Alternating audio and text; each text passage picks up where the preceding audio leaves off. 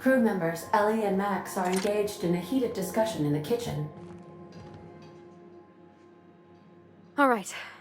She's on her way. How do I look?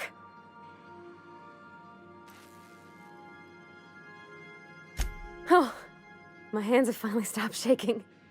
All right. Deep breath. Here I go.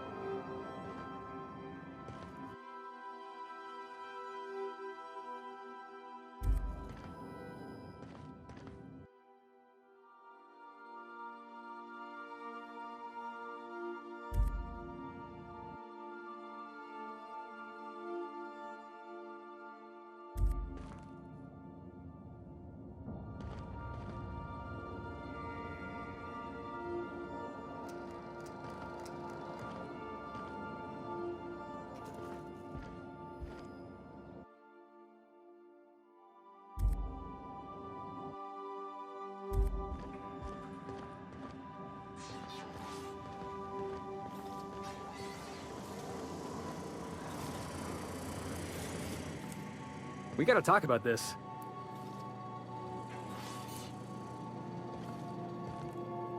Anyhow, so I told him, Dad, I'm a big girl now. I ain't need your help. I can do it on my lonesome. What did he say to that? Have at it then. And he handed me his favorite wrench, the one he used for the canner. He was probably half as tall as I was. He didn't scold you for talking back to him? Nah, he was never like that. I always thought it was funny when I get indignant about something. Then he'd watch me do whatever it was, make sure I didn't get hurt, but he'd never interfere. I learned a lot that way. I wish I could have met him. Anyone who helped shape you must have been a special person.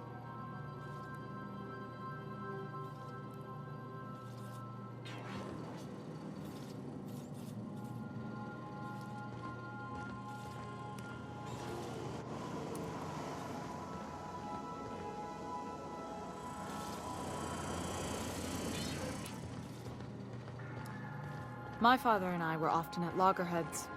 He had notions of how the station should be run, and I had others. He was fond of saying, "You think Groundbreaker pays for itself? Someone's got to." I chafed against his deference to the board. Sounds like he was afraid of him. He was, and he was right to be. Didn't mean I had to like it.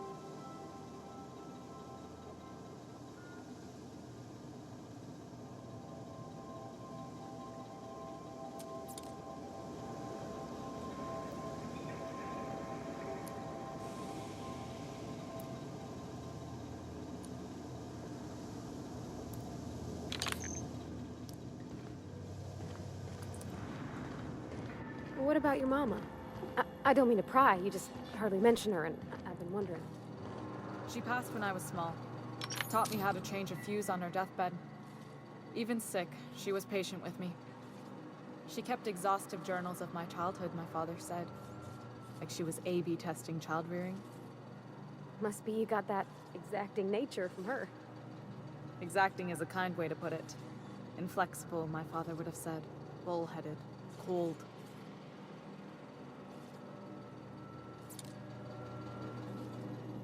If you're cold, then I'm the void of space.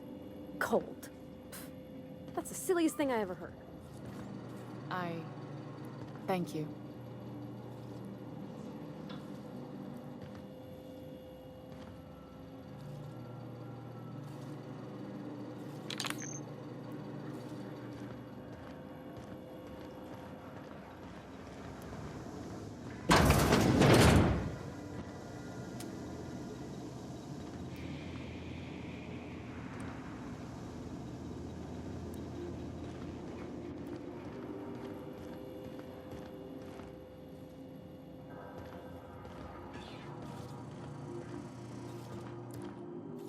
If we wanted the board's attention, we got options.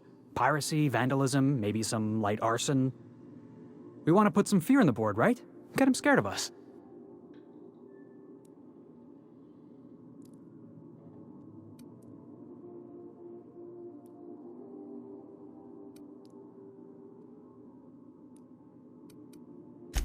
I want to believe you, but the adjutant didn't seem too scared of us. You just got an audience with Sophia Conde. That's the adjutant to the chairman? You sure we should be trusting her?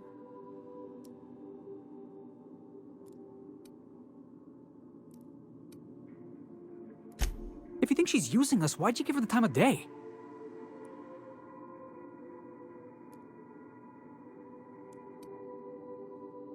You got some secret plan to double-cross the board?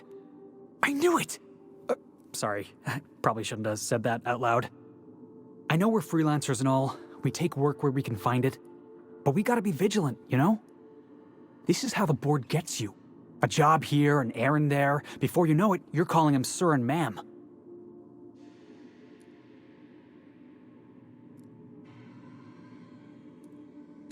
Come on, boss. You know I'd never imagine you as some sort of authority figure. I appreciate your time. Let's get back to it.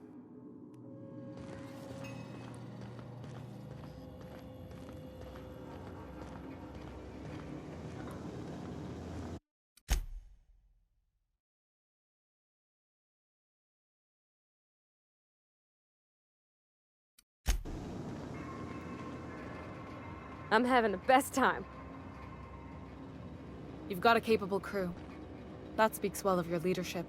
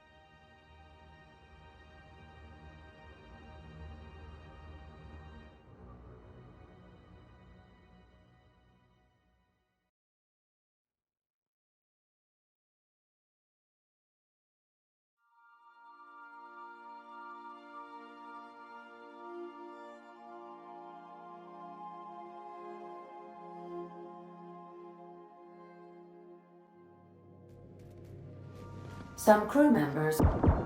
Dead center. Next round's on you. Shh, the captain's coming. Put your gun away. Act casual. Oh, yes. This'll about do. That's a mighty clean weapon. Yep. Ain't no call for a closer inspection by anybody.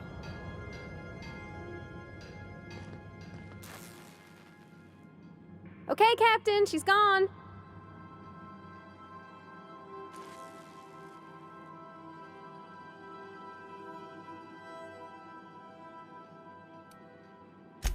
I feel like running laps around the cargo bay.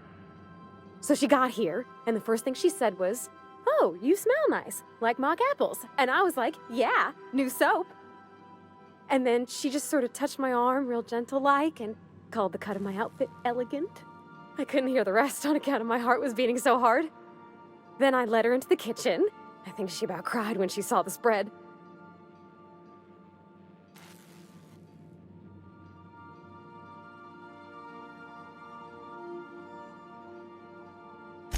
She stood stock still and just said, "Oh, real soft."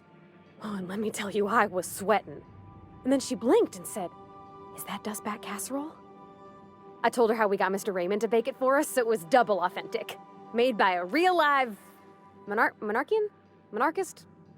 person.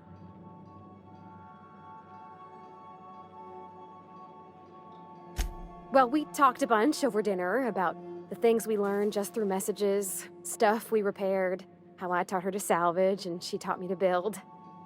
When I brung out the sweetheart cakes, June, she got a little teary, said she had a thing she needed to say. But I stopped her because I wanted to say it first. I never felt so bold, Captain.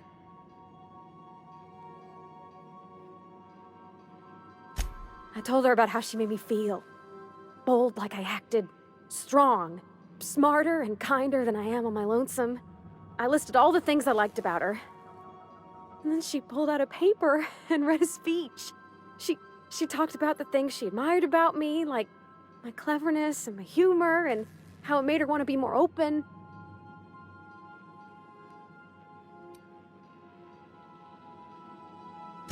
She was worried she wouldn't get the words out right, especially after that message about Isabel. It's sweet. Anyhow, when she wrapped up, I asked her to be my girlfriend. And Captain, she said yes!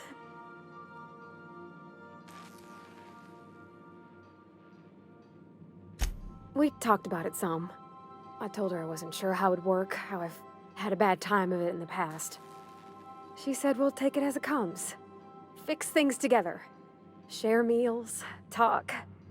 Maybe she could rub my shoulders when they're sore. I said I might like that. You got an eye for people, Captain. It's all on your account, you know. Imagine if you'd never taken me out of Edgewater. I'd have never met Junlei at all. I don't know nothing about the Vicar's capital P plan, but you've sure changed my life. So, if you don't mind, I'm just gonna head to my cabin and happy scream into my pillow for like an hour.